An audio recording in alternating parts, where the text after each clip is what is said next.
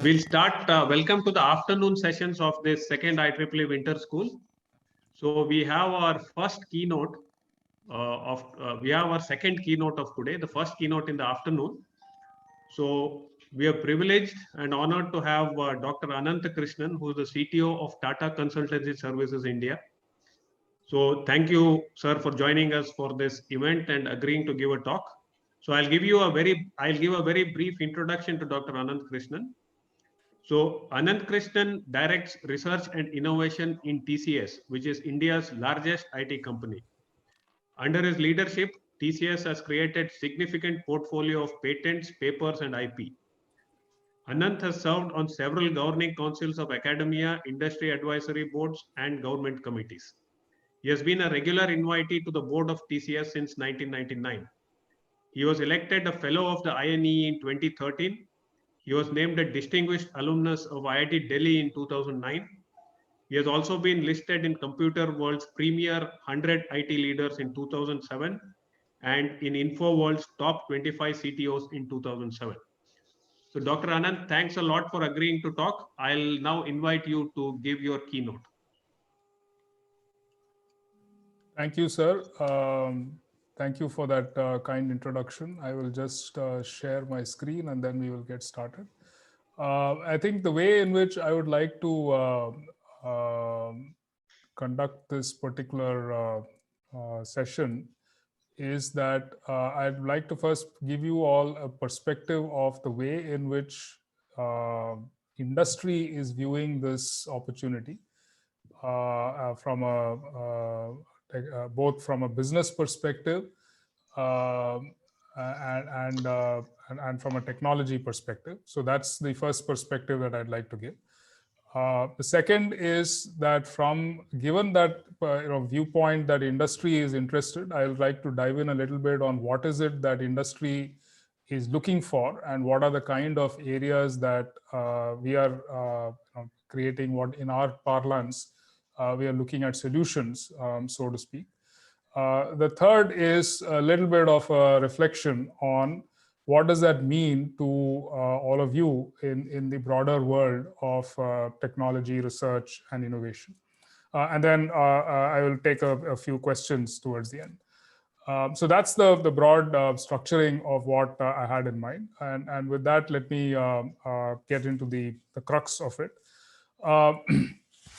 The philosophy of bringing the physical world into the world of computing is not new. Almost from the earliest days of computing in the 40s, 50s, and into the 60s, the ability to interface everyday aspects of human life, whether they were at home, whether they were in the office environment, whether they were in the industrial environment, and indeed right through the 50s and 60s in various applications of integrating industrial systems, shop floor systems, aerospace systems, the most spectacular ones being the space programs and so on. The ability to use computing, sensing technologies to do amazing things was very much on the cards. And over the last 60, 70 years of computing, it is clear that as much as the abstract thought processes of computing to help in the service industry, whether it's financial services, whether it is retail and indeed telecom itself as an industry and so on, the real potential of computing is to bring life to things. Right, so that is actually the phrase that we in TCS have coined, and we have said that it is a combination of the physical world context that is all around us in every aspect, and infusing of digital intelligence into that physical world context. So this is the philosophy that is now driving many things that you are all going to be discussing in this winter school.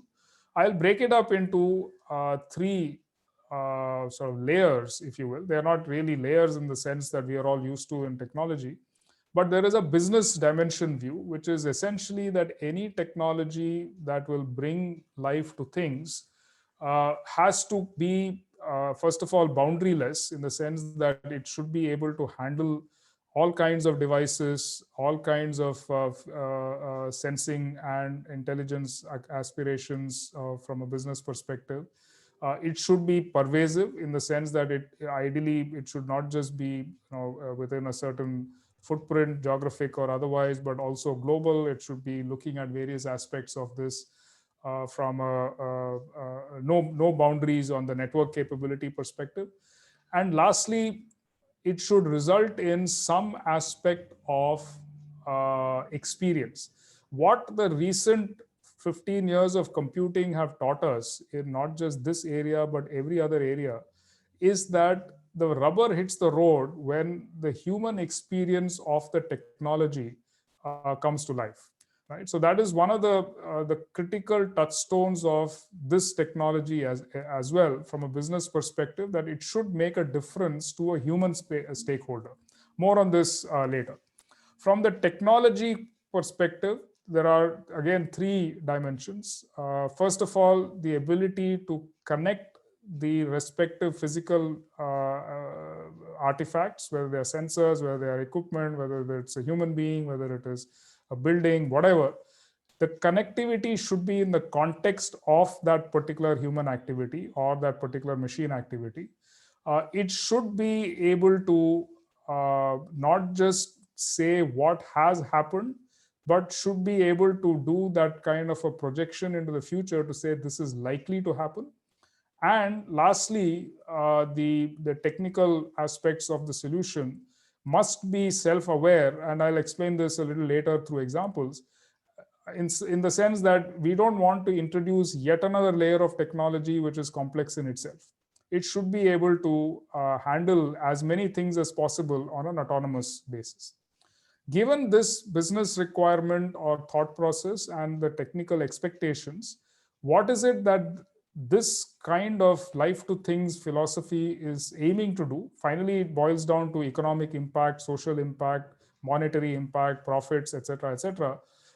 And we hope that it will unlock exponential value in all of these dimensions, right? It could be new business models, it could be quality of life from a social perspective, it could be customer experience at the end of a value chain, it could be an optimization of the value chain itself, and so on. So this is the philosophy that we are using to measure how life to things will happen. So what does this mean? Let me now drill down with three examples. One on the sort of left side of that semicircle is a series of examples around the product and production aspect of physical things. The middle part is on the supply chain aspects. That means to make those products and create them in a systematic way, you have to assemble different parts of that story. And then on the right side, having assembled a product or a platform or a new artifact, how will you handle the human interface to it? Right now, if you see those keywords that I had in the technical layer: self-aware, predictive, and connected in context for each of these. I'm not going to walk through all 9 combinations of these, but just to give you a feel, let's take the middle one, supply chain. What does connected in context mean from the supply chain perspective? So that category of let me call them business solutions will be what I would call asset track and trace. A supply chain was a little bit of a start point and an end point with a lot of lack of clarity in the middle. You would call your supplier and say that I need this particular component or this raw material or this input that I require for my process. The supplier would agree, the commercials would be done. And then once they say that I have put this on the transportation device and it is on the way, that is the last typically anybody would hear about it until it shows up in your factory site or your production facility. And then you can take charge of it and continue down that capability. Now, with the ability to do life to things, real-time asset tracking and tracing is a possibility now. How serious is this problem? Just to give you one industry, oil and gas, We all know that oil and gas, everybody talks about, tankers or barrels or some such container, physical container, which is used to, do the actual last mile shipment. Typically these days it is these large trucks and containers rather than individual barrels. Um Something like 2% of the oil and gas resources of the world at any point in time are within quotes lost. Nobody knows where is this particular container until it shows up at its next waypoint. Right? And you might say, oh, so what is 1%, 2%? Bear in mind that 1% or 2% on the loss of that material, it could be for whatever reason, is a huge hit on the economics of that industry. Right? So now let's just go to the top end of it, the self-aware part of supply chain. Uh, Everybody has been talked about an autonomous supply chain with last meter accuracy and visibility and so on. I myself have given presentations for the last 15 years to various people in the consumer goods industry or the oil and gas or the manufacturing or the automotive or the aerospace industries. And we all know that it's a pie in the sky. But now, with the kind of things that we are talking about, it becomes a potentially realizable goal. Right? And that again means efficiency at one level, it means transparency, it means financial clarity, because today, working capital, which is the biggest resource hog for many manufacturers, gets tied up because no financing institution wants to give you a loan on a promise that the goods have left port of supply and they have not yet reached my port of use. Right? This capability of having a real-time, transparent, etc., supply chain is the promise that we are talking about in terms of a self-aware supply chain in itself. You get the feel for the way in which we are talking about. Let's try to see how we in the industry and all of you in the research and technology world are also now trying to build this up. 5G is a huge promise, and all over the world.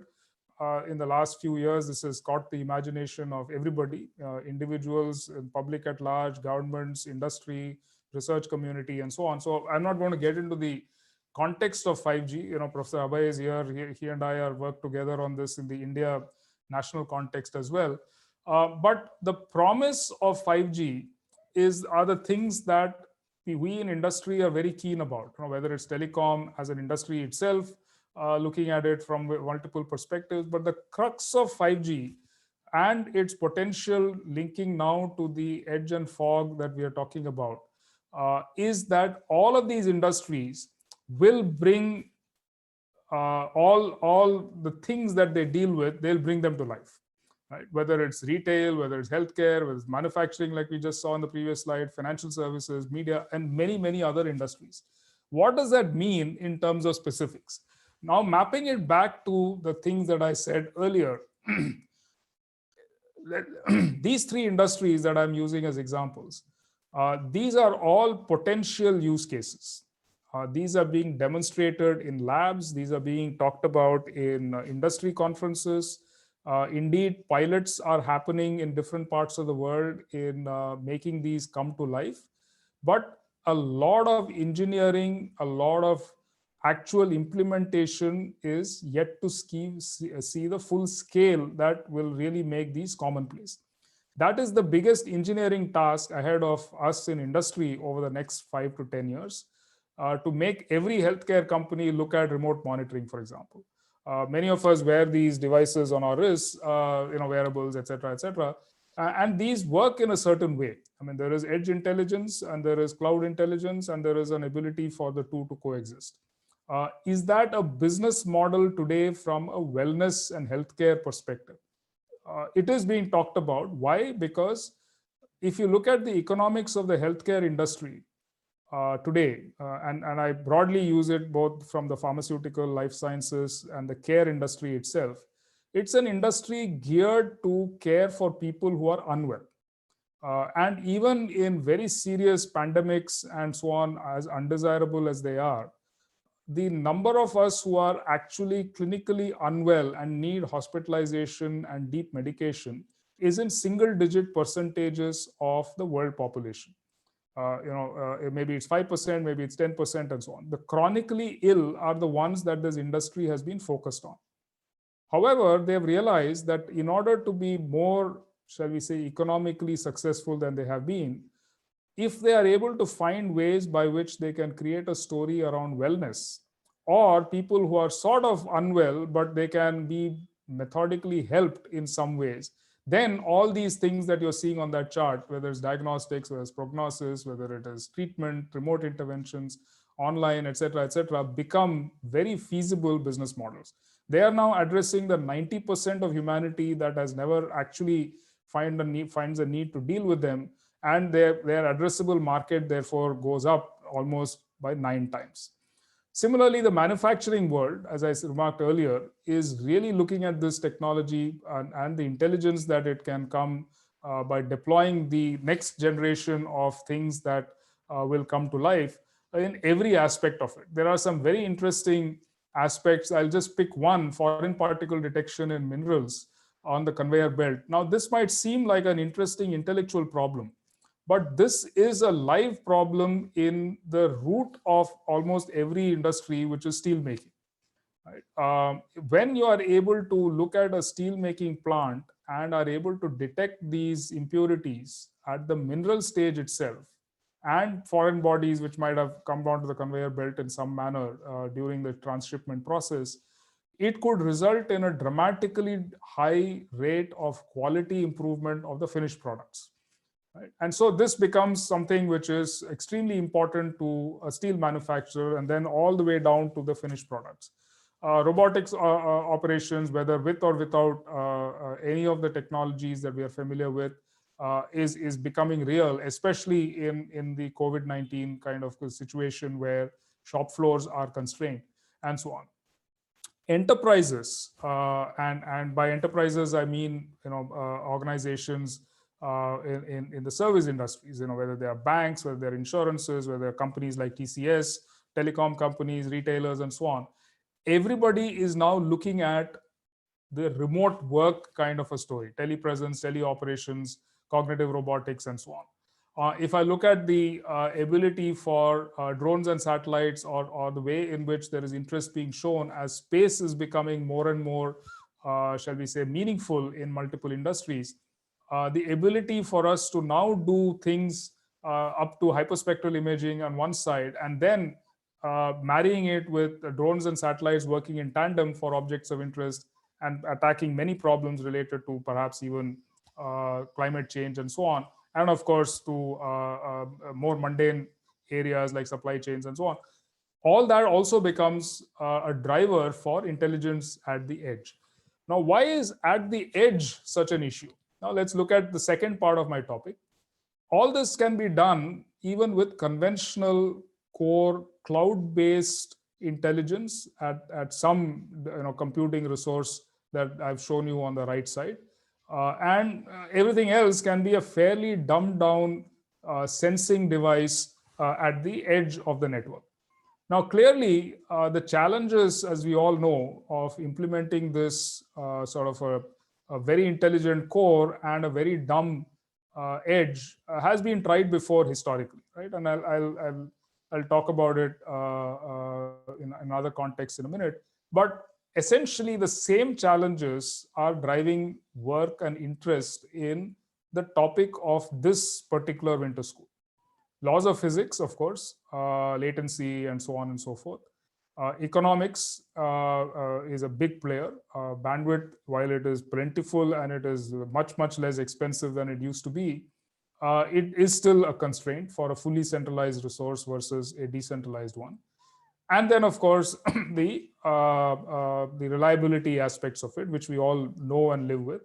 And finally, perhaps a trend of the days that we live in: issues about data residency, issues about algorithms, issues about IP and privacy and security and so on, especially when dealing with critical infrastructure, have also become fairly significant drivers for intelligence at the edge. So that is one set of drivers. But on the left side of it is more of my view of the philosophy of the technology intersection itself. in my role as CTO of TCS, I'm very fortunate that I sit at the intersection of multiple industries across the world. There are about 15 different industries that TCS counts as our market. In those industries, we deal with the largest and the best known brands, whether they are manufacturers, whether they're aerospace companies, whether life science companies, healthcare companies, of course, banks and telecom companies, and so on, and the governments across the world. At that intersection of needs, I have to place this intersection of what I would call the sciences, sensing, and computing. The challenge for me, and I'm not making this lightly, is that I have to, first of all, combine the requirements and capabilities of the basic sciences in the context of intelligence at the edge. There is a lot of physical science, biology, behavioral and social science knowledge which underpins many things that can be done with this generation of intelligence sensing. Unless we understand the physics of materials and minerals, unless we understand the biology and the genetics and the genomics of healthcare, unless we understand physical and mental health, we cannot do a good job of putting that middle piece of sensing and computing to work. On the sensing side, of course, the sensors themselves are complex pieces of technology. And we are now talking about not just traditional sensors and transducers, but we are talking about many, many new different designs, physical designs. Some of them are chemical, some of them are even biological sensors. We have an unprecedented proliferation of mobiles and wearables thanks to the consumer adoption of these technologies. So the sensing with mobiles and wearables, while it would have been not even thought of 20 years ago, is a real viable option today to ask the question, can I sense with a device that my end customer, the shop floor worker or the end consumer or anybody already has a device or a wearable? Can I use that as my primary sensing device? Finally, on the compute side, we have to be able to bring together these two disciplines, the sciences and the sensing disciplines, to the world of software, the world of signal processing, to the world of algorithms, to the distributed networking world, and so on. As you can imagine, it's quite easy for us to put this on a chart, but extremely difficult for us to actually make these different groups of experts work together and actually realize that final product that we actually need, which is embedded hardware, the execution, control, actuation, et cetera, to realize this is a product. So what I've realized is, as a person sitting in industry, but at the junction of research and technology and my customer base, is that I have to make all these three work together. Right? And that's the challenge that I don't yet have a great solution, but I really look forward to your ideas and so on. What is the opportunity? The opportunity is that every aspect of edge AI and edge computing and what I broadly call device edge is likely to grow. Right? And this is a Deloitte study which came out just earlier this year. If you look at it, every aspect of it is at least doubling. But one aspect which really catches my eye is that the so-called enterprise edge is going to grow 5 times in comparison to merely doubling or a few multiples thereof.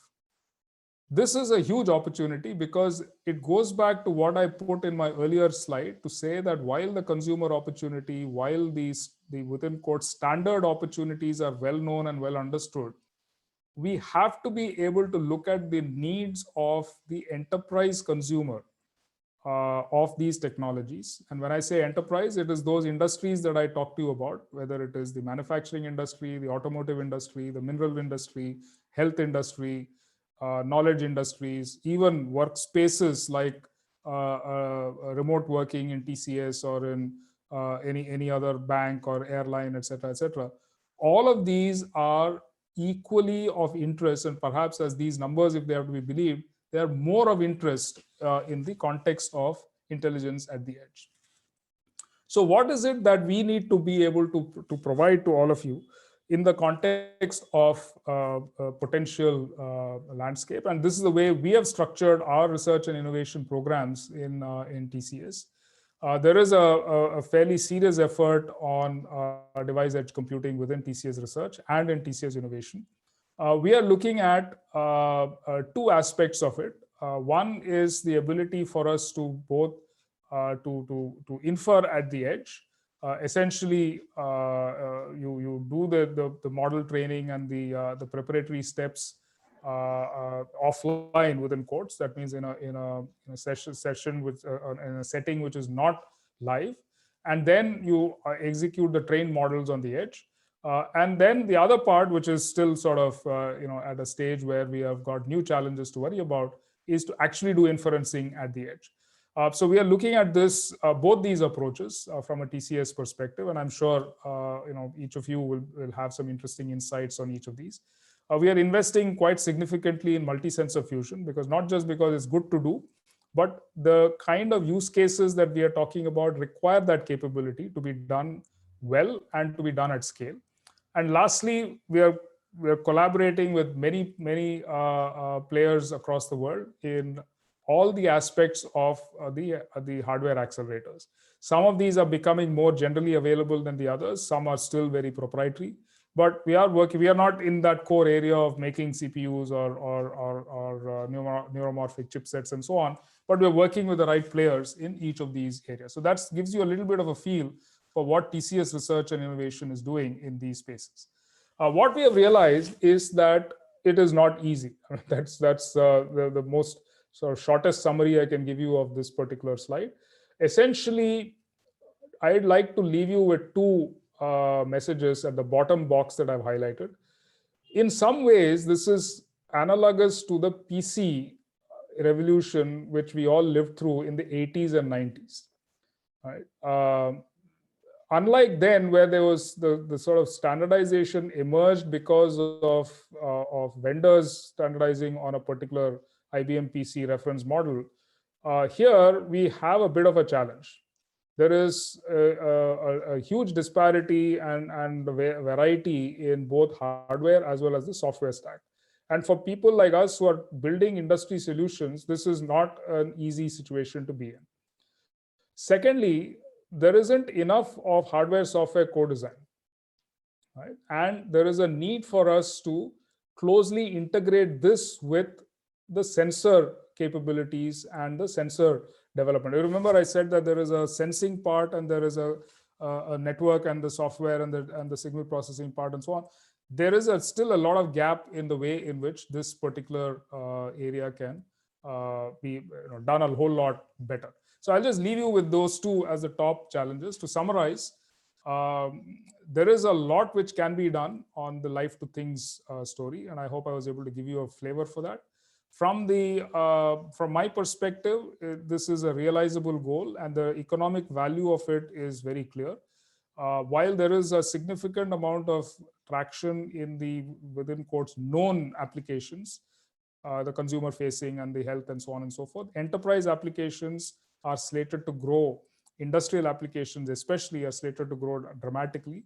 So please do pay attention to those use cases, and we'll be happy to work with all of you in solving those issues that I highlighted in the last chart. So with that, let me end my talk, and I'll be happy to take a couple of questions. Thank you very much. Thank you, Dr. Ananth Krishnan, for the industry perspective and a general perspective on fog and edge computing. So there are a couple of questions that I'll just read out for you so that you can.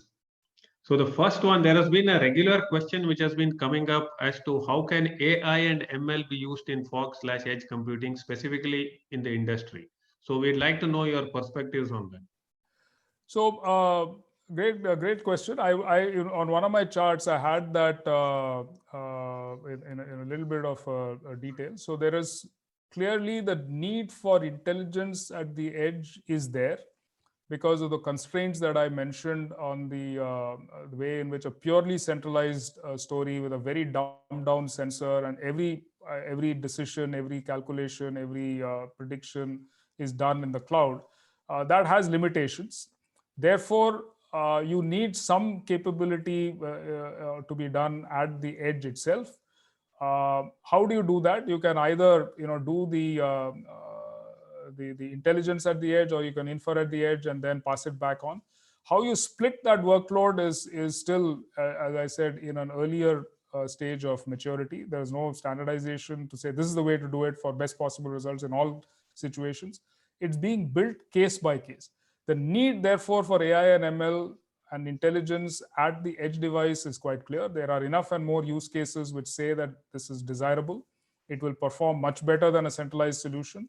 How to do it, whether to pre-train the model and just deploy the model on the sensing device and let it run and make mistakes and so on, and do it that way, or to do it in a way that there is intelligence at the edge, there is an ability to do the processing much more on the edge side and then much less, therefore, on the core side.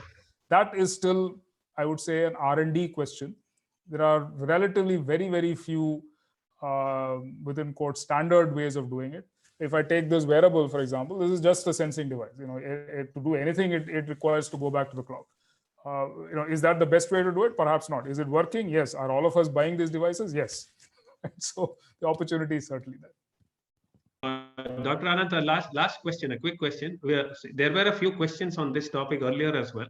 So we'd like to know your comments on a couple of things. First one being, how can fog and edge computing be used for financial inclusion? Because we had one talk on fintech just before you talked, before the lunch break. So if you can give your comments on that. So this is a great area. In fact, as I remarked earlier, the ability for last mile financial inclusion to use technologies of this nature is perhaps best exemplified in India. We don't pay too much attention, but we have one of the largest penetrations of almost every kind of financial service being available to very large segments of our population because of the so-called JAM trinity, right? So there is of course the business model itself of the banks, the Jan Dhan model. Accounts have been opened for many large number of people, so that there is a business model which exists that can be reached out. The second is, of course, the Aadhaar identification and its ramifications in establishing a sort of digital identity for every individual. And then, of course, the ability of almost a very large percentage of the population to use mobile phones to transact. So that is the first underpinning. Why haven't other countries managed to do this? They've missed at least one of these three elements. Second part of it, can we do any of these better than what we are doing today with edge computing, with fog computing, and so on? The answer is absolutely yes. Because as we know, while this technology works, even without edge and fog, it doesn't work perfectly. I mean, there is still a lot of shortcomings in the way it fails, the way it can be hacked, the way it can be misused, etc., on one side. On the other side, there is pervasiveness and reach as well, and convenience for the end user on that side. So that is the opportunity for edge and fog to come in and say, can I improve any one of those elements in a way, given where India is today in financial inclusion, the base that we have hundreds of millions of people using that network as it is today with its shortcomings. There is a huge opportunity for us to make it even better, whether it is payments, whether it is loans, whether it is financial reporting, whether it's bringing things to life in a certain way, and so on. So one of the just to conclude, the 5G task force that I talked about, we have actually made this one of the priority sectors for 5G in India whenever it happens, to really bring things to life. Okay, thanks a lot, Dr. Ananth Krishnan, for your perspectives. So I'd like Abhay, if Professor Karandikar has any comments. No. I just wanted to thank Ananth for a very wonderful talk. So I think thank you very much. And we have large number of audience actually, which is listening to this. So I think it has been a very well attended also. So thank you. Thank you, sir. My pleasure. Thank you, Dr. Ananth, for agreeing to talk. It's a privilege to have you. Thanks a lot. Thank you so much.